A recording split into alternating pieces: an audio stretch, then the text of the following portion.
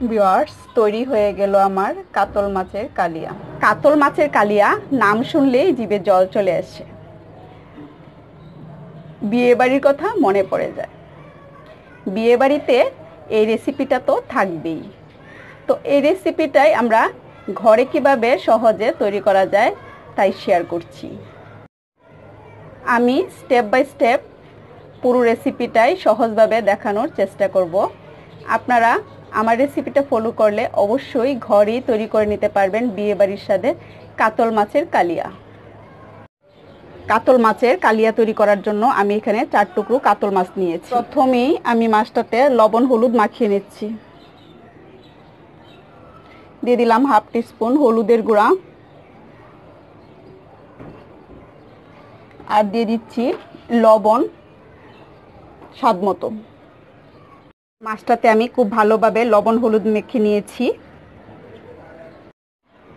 এখন আমি মাছটাকে ভেজে নিব। আমার আর যা যা উপকরণ লাগবে বলে দিচ্ছি। টমেটো কুচি করে নিয়েছি, আর লাগবে আমার পেঁয়াজ টুকরো করে কেটে নিয়েছি, কাঁচামরিচ নিয়েছি, আদা নিয়েছি, আর রসুন নিয়েছি।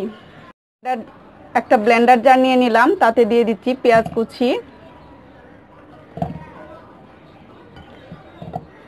পেঁয়াজগুলি দিয়ে দিলাম, আর দিয়ে দিচ্ছি 4-5টা কাঁচামরিচ।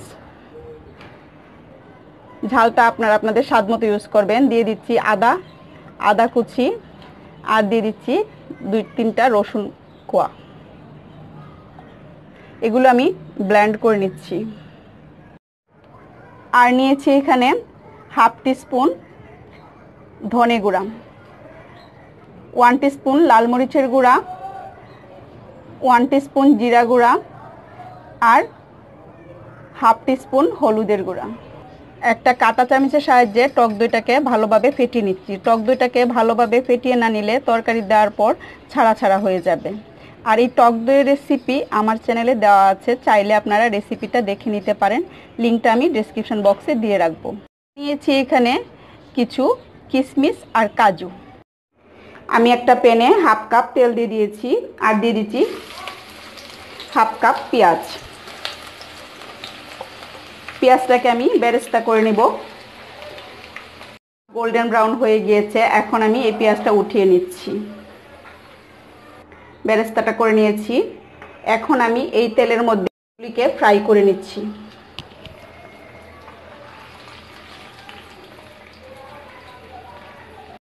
মাছটাকে আমি হালকা করে ভেজে নিয়েছি।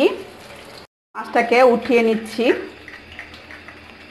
একটা প্যান গরম করে নিয়েছি, এতে আমি 4 টেবিল চামচ সরিষার তেল দিয়ে দিচ্ছি।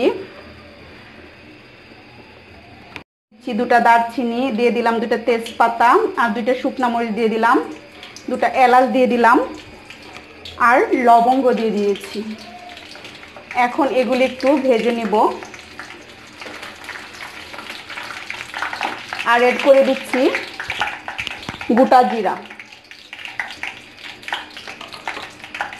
দিয়ে একটু ভেজে নিচ্ছি। আমি অ্যাড করে দিচ্ছি হলুদ, মরিচ, জিরা, এগুলো অ্যাড করে দিচ্ছি তেলের মধ্যে, তাহলে সুন্দর একটা কালার আসবে। এবং 1 সেকেন্ডের জন্য এগুলো আমি একটু ভেজে নিচ্ছি। মশলাগুলো তেলের মধ্যে অ্যাড করেছি, এই জন্য সুন্দর একটা কালার এসেছে। খুব বেশি সময় না, 1 সেকেন্ড বা 2 সেকেন্ডের মতো ভেজে নিয়েছি তেলের মধ্যে। এখন আমি অ্যাড করে দিচ্ছি 1 টিস্পুন চিনি। এই চিনিটাও তরকারিতে সুন্দর একটা কালার আসবে। আমি অ্যাড করে দিচ্ছি আদা রসুন যে পেস্ট করে রেখেছিলাম, আদা রসুন আর পেঁয়াজ কাঁচামরিচ, সেই পেস্টটা দিয়ে দিলাম। মশলাটা ততক্ষণ পর্যন্তই কষাতে হবে যতক্ষণ পর্যন্ত এর কাঁচা গন্ধটা চলে না যায়, এবং এর মধ্যে থেকে কাঁচা গন্ধটা চলে গেলে তখন তেল বেশি উঠবে। খুব ভালোভাবে মশলাটা কষিয়ে নিলে তরকারির টেস্টটাই অন্যরকম হয়। মশলাটা আমার কষে গিয়েছে, তেল বেশি উঠেছে উপরে। অ্যাড করে দিচ্ছি টমেটো কুচি,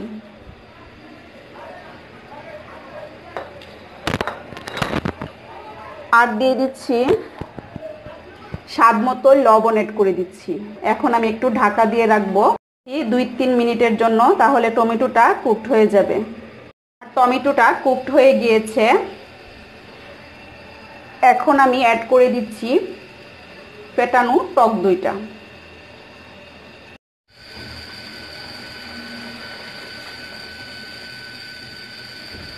এখন আমি অ্যাড করে দিচ্ছি কাজু আর কিশমিশ। মাছগুলো অ্যাড করে দিচ্ছি।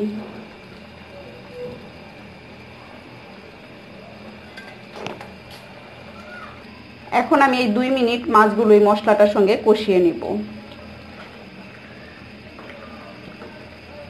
এখন আমি অ্যাড করে দিচ্ছি 8-10টি কাঁচামরিচ, যার মুখগুলি আমি চিড়ে নিয়েছি। আর অ্যাড করে দিচ্ছি পেঁয়াজ বেরেস্তাটা।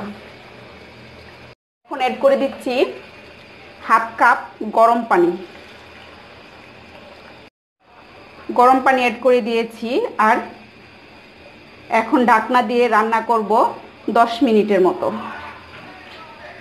আসলাম 10 মিনিট পর। 10 মিনিট পর আমি এতে অ্যাড করে দিচ্ছি পেঁয়াজ বেরেস্তা। কিছুটা পেঁয়াজ বেরেস্তা রেখে দিয়েছিলাম, সেটা উপর দিয়ে দিয়ে দিচ্ছি।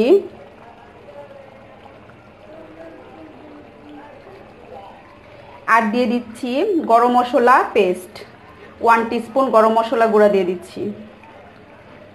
চিনি অ্যাড করে দিচ্ছি 1 টিস্পুন। এই চিনিটা অ্যাড করেছি স্বাদের ব্যালেন্সের জন্য। আর প্রথম যে চিনিটা দিয়েছিলাম জাস্ট তরকারিতে কালার হওয়ার জন্য। 1 টেবিল স্পুন ঘি। শেষে ঘিয়ে গরম মশলা আর বেরেস্তায় দারুণ একটা ফ্লেভার ছড়িয়েছে।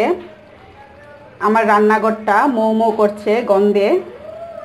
এখন আমি আরও 5 মিনিটের জন্য স্ট্যান্ডিং টাইমে রেখে দিব। ভিউয়ার্স, তৈরি হয়ে গেল আমার বিয়েবাড়ি স্টাইলে কাতল মাছের কালিয়া। আশা করছি রেসিপিটি আপনাদের ভালো লেগেছে। ভালো লেগে থাকলে আমার চ্যানেলে একটি লাইক দিবেন, আমার চ্যানেলটি সাবস্ক্রাইব করে উঠিয়ে নিচ্ছি। এতক্ষণ আমার সঙ্গে থাকার জন্য অসংখ্য অসংখ্য ধন্যবাদ। তৈরি হয়ে গেল আমার কাতলা মাছের কালিয়া।